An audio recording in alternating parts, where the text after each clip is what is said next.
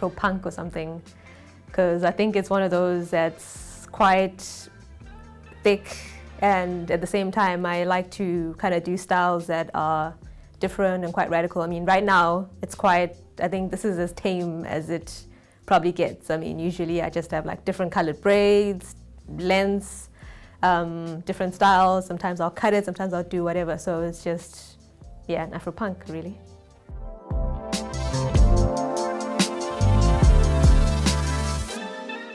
The one thing that I have never done is a weave.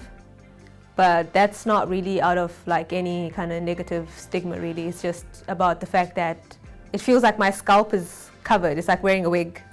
And I find that at least with a wig you can take it off whenever. But I think that with the weave, like it's commitment. And it's commitment that I don't particularly have at the moment.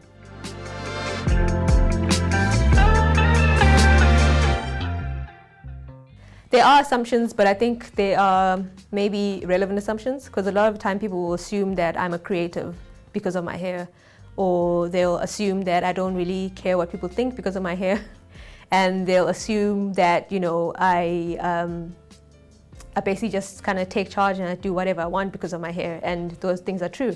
You know, I don't really care what people think, you know, and I really do like to experiment, and I am a creative person, and I think those assumptions, when people make that, you know, that's completely true. But I've never had like kind of negative assumptions because of my hair.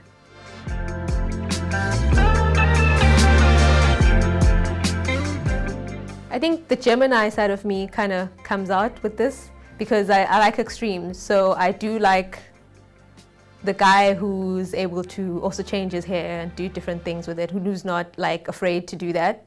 I really do find that attractive. But at the same time, there's the not very conservative part of me, but there's a part of me that just loves a fade. So like fade, you know, a couple of lines here and there, you know, to kind of show a different time, different season, whatever. But you could like have a fade for the rest of your life and we could be cool. But at the same time, I think if you're a guy who's able to experiment and do different things with your hair, I'm also very happy with that. But I think it's whether you are happy with your hair as well. I think that's kind of sexy when someone is able to just kind of just own their hair. So even if it's like hair that's like just an afro, that's just you know, out there. If you're able to say that, yep, that's me, and then I like that.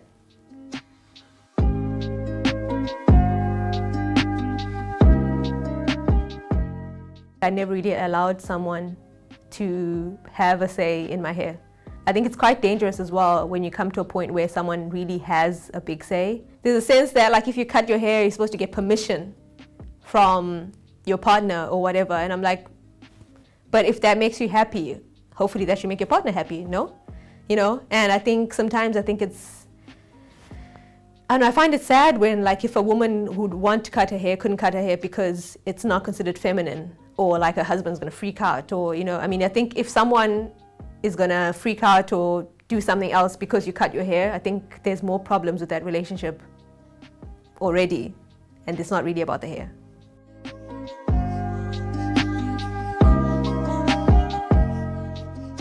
Not really to mask emotions or like cover them up, but I've used hair a lot in terms of like the different phases of my life. So if I feel like I want to feel renewed, then sometimes I'll cut it all off and just, you know, feel that kind of, it's almost like a rebirth.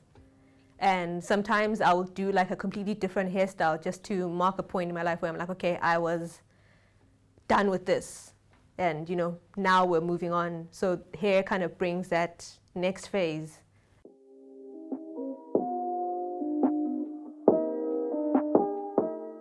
When I was younger, like when I was much younger, like in high school, I did feel quite insecure about my hair. But only when maybe I was about 16, 17, and you kind of start liking guys, and guys like girls with long hair and straight hair. And at the time I had short hair most of the time, so I'd always like have a fade in high school. And then, yeah, and then I started kind of growing my hair, I remember, when I was 16, 17, because I thought, okay, well, if I grow my hair, maybe, you know, I'll get a boyfriend, or guys will like it, and stuff like that. But yeah, that was, that period of my life, I think, was the most insecure I think I was about my hair.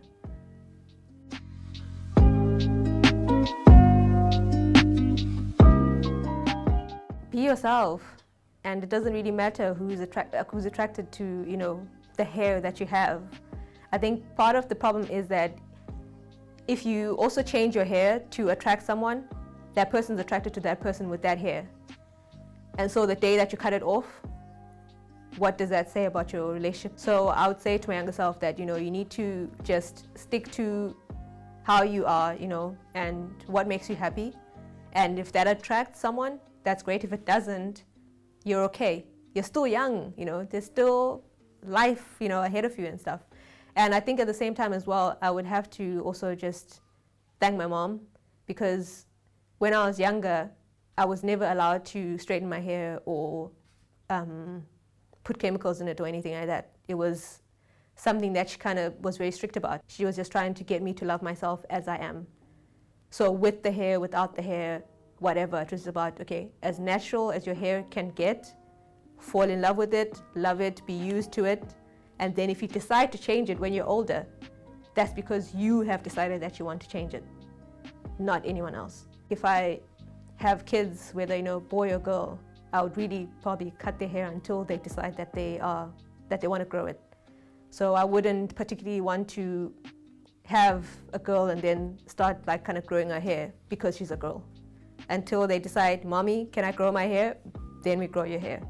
So until you have a say and until you decide that that's what you want, then cool. But I do think that there is something in having your child love themselves without the hair and then, you know, with the hair.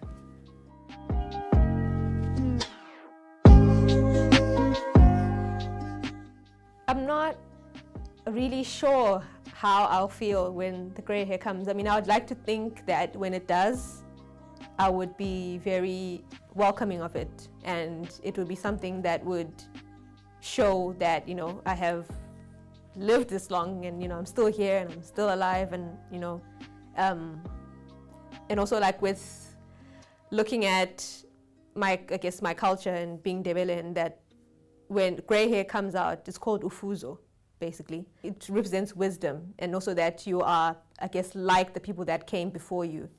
And so I think that there's something that's amazing about that, having the gray hair and knowing that it represents also you going into being an ancestor. So that's also part of that you are like the people that came before you, but also you also becoming an ancestor yourself. And so I love that aspect of the gray hair representing that. However, at the same time, I think there's something about mortality that comes with gray hair. And I'm not sure how I will deal with that aspect of knowing that it means that, you know, I am getting on and I'm approaching maybe a certain phase or a certain chapter in my life. And yeah, I hope I will take it gracefully. I hope so, because when I had the faux locks and I had the silver, I think I look really good. So I think I'll look good in gray hair.